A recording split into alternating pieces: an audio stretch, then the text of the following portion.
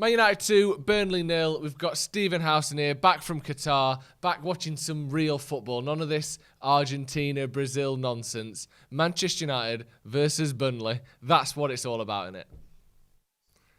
Do you know what? Yeah. And there was so many times watching the game, I was prejudicing Burnley on them having Sean Dyche in the dugout, but they didn't.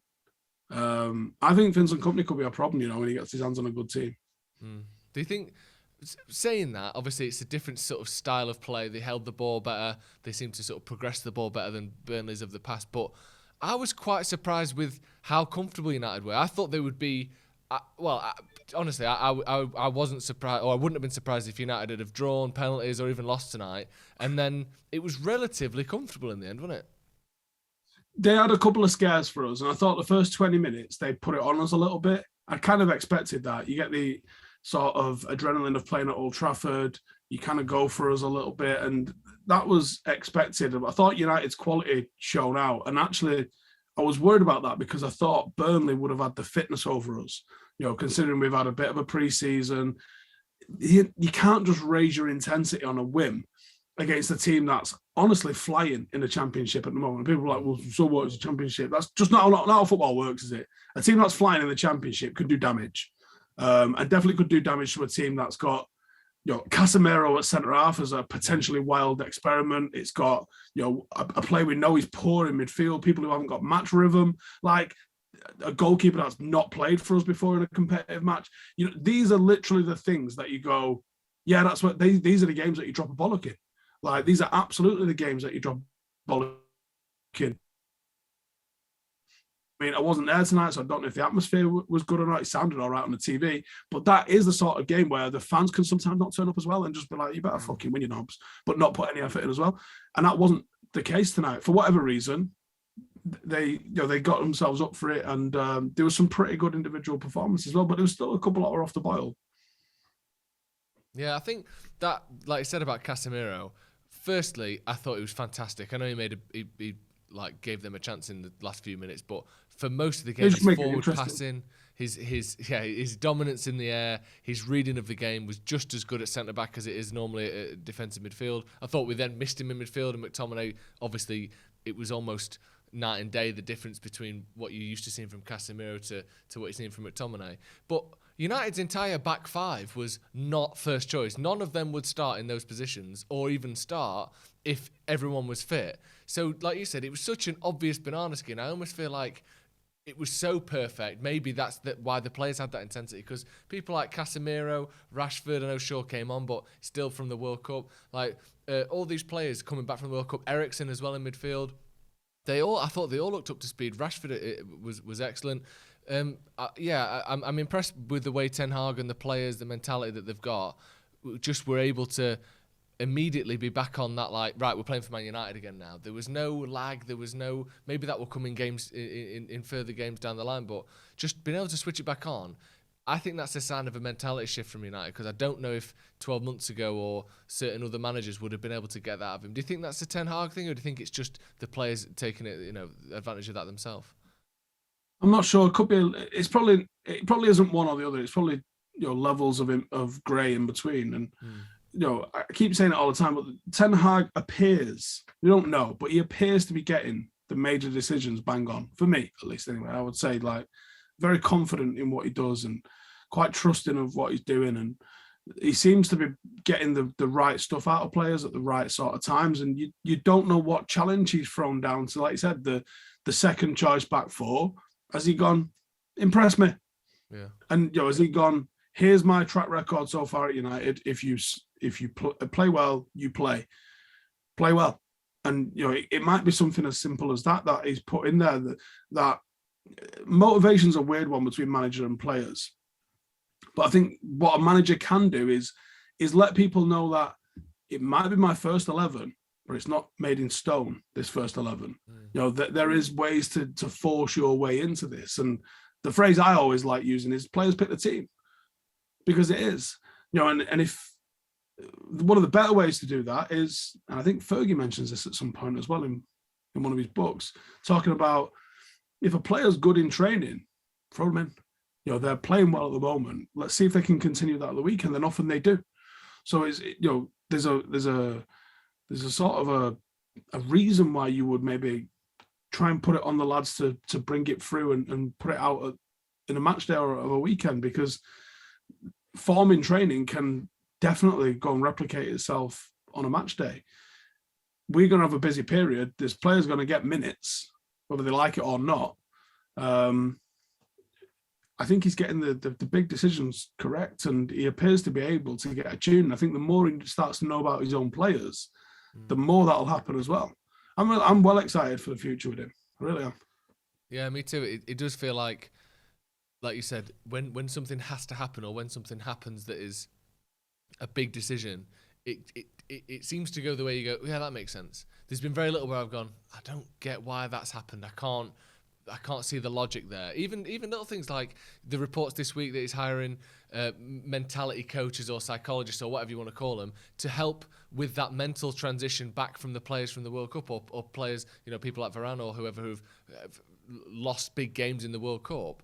That makes sense. Why would you not bring people back in? We've seen what bad mentality or a difficulty in mentality can do to players' form after the Euros.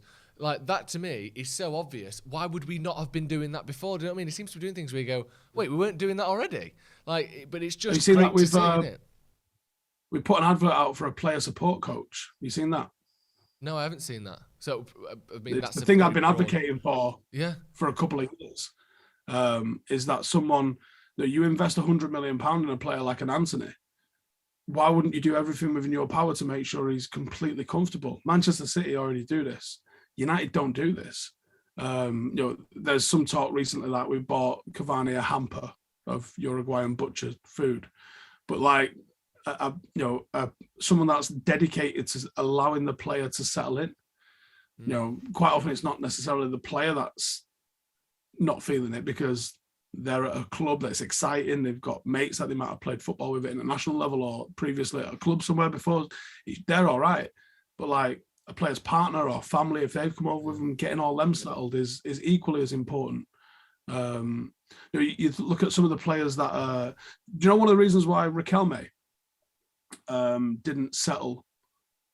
Was it Barcelona? I think it was Barcelona, wasn't it?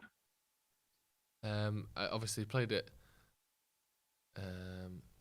Let's have a look. He played at Barca. Yeah, from Boca Juniors to Barca, then went to Villarreal and back to Boca Juniors. Yeah. Yeah, so when he was at Boca, apparently they'd moved him from wherever into another part of Buenos Aires, and he couldn't settle. Wow. That's homesick. That is homesickness on another level, that, innit? Just down the road. And there was something I was reading where it was like, basically someone was like, he's doing what? He's moving to Spain. He'll be back. Like, because he couldn't handle even moving across the city. So some players obviously just not cut out for a move elsewhere, even though what a wonderful player he was. But like, having a player support officer is a massive thing. He's doing that. He's doing whatever he's doing with Jadon Sancho, which no one's done before. We've seen players go through dips of form and mental fatigue and depression, and that it's been obvious with several players. I argue that Marcus was like that last year to a certain degree. He's making the right decisions. I also saw this week that United are getting in the mix with a former Tour de France coach. Does that mean United are about to start doping, Joe? Let's fucking embrace the asthma. Let's go. I'm a bit wheezy just thinking about it, to be honest. Yeah, let's just throw a big fat dose of allegedly, and I will have to say not all Tour de France coaches have been involved in doping, but let's say there've probably been a couple that have. Anyway, so, but either way, we're talking about marginal gains, right? So they're clearly trying to find the little things that are going to make things happen. And that's awesome. Yeah, that is, I mean, obviously a great sign and the exact sort of thing you want to see from United. Just back on the game, well, actually, let's just cut there. We need to make sure we turn this off and back on before we start. Right. Just back on the game then. Marcus Rashford, you sort of mentioned him there about last season. Him from then to now is like two different human beings, let alone two different footballers. He looks happy. Ronaldo was saying he's smiling and laughing in the warm-ups. He looks like someone that's confident. I know he's playing against Burnley, but this is a Burnley team that in probably 7 months' time will be playing in the Premier League. And he looks just completely different. Like that second goal epitomises the change in him. He was driving at players last season, and every time it's down a blind alley, he's getting the ball taken off him. Today, it's like, I've got the ball and I'm going to do something with it. It's so good seeing him back to his sort of productive best, isn't it? I can't believe some of the shit that he's had over the last couple of years. And I was saying all along, any player that plays with a broken back gets a second chance from me. Yeah, that's it. Yeah. And that's what he's done. And we knew that there was a player in there. You know, I remember the games against PSG and Leipzig, and that he's fucking lethal. Yeah. And there's a guy that always arrives in big games. I'm not saying this is a big game, but he always arrives in the big games. Joe, remember the Lukaku's only scores against the minnows. Marcus only scores against the top teams. Like, you know, he was forever scoring against Chelsea and Liverpool and City and Arsenal. Like, he was literally a big game player. There's a real footballer in there. Now, his career's took a bit of a bump with 18 months of being shite, let's be honest. But he was only shite because of the standard that he'd set for himself a couple of years prior to that. There's a real footballer in there. And actually his playmaking's getting better. His speed is his obvious asset. It's otherworldly. But there is a playmaker in there. And I think if he can get his finishing just up to that next level, and maybe shout out to Benny McCarthy, because there's been some changes in people obvious this season. It's not all going to be Ten Hag, but you know, obviously he's the one that's putting people in place here. Benny McCarthy could be doing bits at the club. Yeah. Like his heading and stuff. That even though that's not nowhere. He couldn't have the ball last year. Yeah. And now he's back-to-back headers and good headers, beating men in the air and stuff. He just looks confident in doing it. I like that as well, that, like you said, it seems to be that another step on that sort of no stone unturned policy from Ten Hag of like, you've got all of these things you can do off the pitch, on the pitch. We're going to make sure all of them are as good as they possibly can be. And if it isn't, then, you know, we've helped you as much as you possibly can. Like, that's just the right thing to do, surely, isn't it? Like, it just makes sense for all of the players and everyone involved. I think a lot of what he does is common sense. And a lot of what great managers do is common sense. You know, and the way they deliver some stuff. And, you know, you talk about Fergie again. We did a video the other day with Ever and Rio talking about team talks with Fergie. He goes, you think he would know what he was going to say? And then he would say, he would just surprise you. And he goes, they both did hundreds of team talks with him. And the fact that he was still able to surprise him. And then you hear what he said and you go, well, it's not philosophical. Like, there was nothing crazy in that one. He'd just be like, hey, lads, when you get it today, why don't we pass it to someone else on our team? And you're like, wait, is that the fucking great Sir Alex Ferguson team talk? But like, yeah. But it's just sometimes like, I think there's one of my favourite ever stories, Alex Stepney talking about United being down semi-final European Cup, 10 years following Munich. You're in the Bernabeu, you're losing. You can imagine what the dressing room's like, full of emotion, arguing, just fucking people going at each other. You should fucking get your, you know what it's like, right? Yeah. Matt Busby sits there and there's pipe smoking's, it's cool, isn't it? Because there's a process, there's a ritual, there's a ceremony with it. Takes and time. He like cleans his pipe. He just sits down, he cleans his pipe, lets everyone get on with it, and he's like just doing his thing. Then you got to pack it, then you got to light it, and then you always have to do on a pipe, innit? Yeah, give it a couple of puffs. Yeah. And then he sits there and he has a big drag and he blows it out, and then he starts giggling to himself. And you can imagine being in a dressing room that's fucking losing its mind.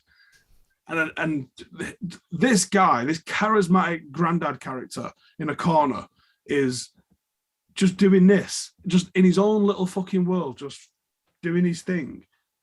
But what he's done is, and he probably doesn't even consciously realise it's what he's done, everyone sat down and everyone's gone fucking silent, just watching him, because he's just got this presence about him. And he starts giggling to himself. And I can see it. And I wasn't there, obviously, but I can see it. And there was no TV cameras in there, but I can see it, and it's fucking crystal clear. Just sitting there with his legs crossed and his suit on. And he don't even look at anyone. He just looks in the corner and he goes, you're all really good players. Why don't you go and play football? And you're like... That's nice, isn't it? What? And then they went out and beat him in the second half. He's just like... But if you break down, what did he do? He calmed them down. Yeah. Yeah. And he just it's not said, all just just play about what. football. It's not about let's get more maths going, let's get more tickers on the board and this line and that line. And sometimes it is just the mentality of getting the players to do the thing they're good at is as difficult as teaching them what to do. Like just you just do. You're good at this. You know what to do. Just do it. Because by the time it's half time and you're losing 2-1, you can't teach them a new tactic, but you can get them to calm down and think about the game differently. Yeah. It's like there's that famous line, lads, it's Tottenham. But that's what it is. One of the greatest lines in football history, that, by the way. So and every year they don't win a trophy, it's endlessly usable by every fan, let alone United fans. It's so fucking good, that. But you can, again, that's another one of those lines you can see where he just walks in. He's like, I don't know what the fuck. Lads, it's Tottenham. Yeah. Like, I don't need to say more than this. You know what that means. They are beatable. They aren't going to win. Just beat them and fucking hurry up, will you? Like, it's just even Roy Keane, fantastic. Even Roy Keane, in the period of his life where he hates Sir Alex Ferguson, we'll talk about Sir Alex Ferguson. I think it was before the 2004 FA Cup. Yeah. And he said he did this in all the big games. He would spend Thursday and Friday talking about the opposition. You got to watch out for this. This is what they do. This is how they play. This is how the other. But you can't do 3 days on the opposition because the player's going to be terrified. They're going to be, and they haven't thought about what they can do. And he said the Millwall game, he goes, we get in the change room and the team talk, zero tactical information. He said he just had a little paragraph almost about every single player. And a lot of it was about where they'd come from. So they talk about Ji-sung Park, being Manchester United's first South Korean representative and what that means for where he comes from in this part of the world. Roy Keane, our captain from Cork, a Cork man, and he would go in about the real details, and he'd be like, but you're all United, you're all Manchester United, and you all represent this. And he goes, it was brilliant. He goes, he's not told us how to play. Yeah. He's just given us pride in who we are and told us he loves us and go and enjoy it. Because that was one of the Fergie's lines, wasn't it? Go and enjoy it. Yeah. Enjoy it. And you think sometimes it's just managing the mood, managing the mentality, managing the players. What's the word I'm looking for here? Mental stimulus, maybe. You can sometimes be overstimulated. Yeah. You don't want people in fucking lockers. Nice, isn't it? I want to go back. I want to just sit there and watch some of these moments back. Yeah, Ten Hag seems to get that a little bit, doesn't he? Like, he's doing things where he can call upon his own decision-making as reference to how the future will be, and people, I feel like I can rely on him. Like, when Ronaldo walked out for coming on against Tottenham, I felt like, I know he's going to handle this properly. I know he will do the right thing. And he always does. Like the Sancho thing, we don't really know what's going on there. We just know something's not right. Ten Hag is trying something different, and I trust that he's doing the right thing. Like, that's such a good feeling to have as a fan, that you believe the manager is doing the right thing for the club. Just moving forward then, talking about the right thing for the club, winning trophies would be a good start. This quarter-final is about as, and no disrespect to the teams in it, because any of them could beat United on the right day, about as sparse a quarter-final as you're likely to see. City and Liverpool. Hang on, who's in it? I've not even seen who's our potential position. So currently, let me just get it up here. We've got Newcastle are through. Charlton went through tonight. We've got Wolves through, Southampton, Leicester, and Forest. And then the other one will be one of City or Liverpool. So in terms of teams that finished in the top half of the Premier League last season, I think did Newcastle scrape it in the end? No. Newcastle didn't. So I think it's basically Leicester, United, and then City or Liverpool. Well, let's not just rule City or Liverpool out on a whim. Like, they're probably two of the top teams in the world. I mean, they are, Liverpool but what I mean is one of them, they're playing each other, so one of them's going out is what I mean. Yeah, but you've got to think the other, the one who goes through, is probably the favourite for it. Probably going to win. And you put United second favourite. Yeah. And you got to think there's banana skins in there, yeah? Could Leicester get a result against the Liverpool? Yeah, it's possible. They've had banana skins this year. They've not been flawless. City haven't been flawless either. Hence why fucking Arsenal are top of the league. But you'd have to think City's B team's not fucking bad, lad. if they played the B team, because Pep likes that trophy, doesn't he? He likes to go quite strong in that. So it's good to sort of start that end period of the season with that mentality of we've got something to win early on, so you're getting in that sort of end season mindset a bit earlier, and also you get that experience of winning something that might help you a little bit in an FA Cup or a Champions League final. But I think for United, well, what do you think? No trophies in 5 years. I almost think a trophy is more important than the top 4 this season, because I think that's the thing we've been missing. And maybe we should maybe we get top 4 as well, or win the Europa League. yeah, I think there's something I think that is missing. Mentality point of view, completely agree. I think trophies are what football's all about. I think club progression point of view, no, it's got to be Champions League. Because as you've seen, so many players, the only thing they're asked about is this club competing on the biggest stage? Yeah. And you will have players join or leave you based on the fact whether you're in or out of that thing.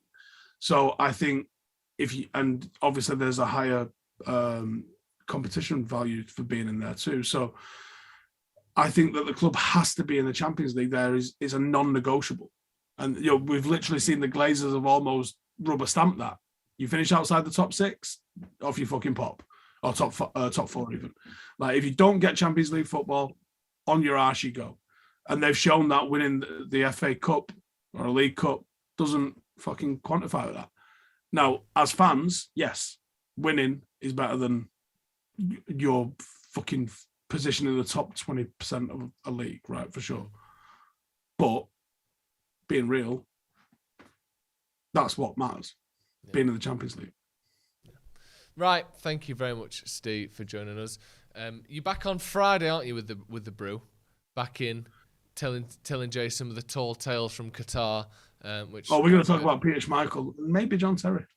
Oh, I can't wait for that. Right, thank you very much for joining us. Make sure you hit subscribe if you haven't already. And also, we will be in Dublin on the 30th of December. Me, Steve, Jay, Adam, and Brian McClare. So hit the link in the description for tickets for that. Thank you very much for joining us, and we'll see you in a bit.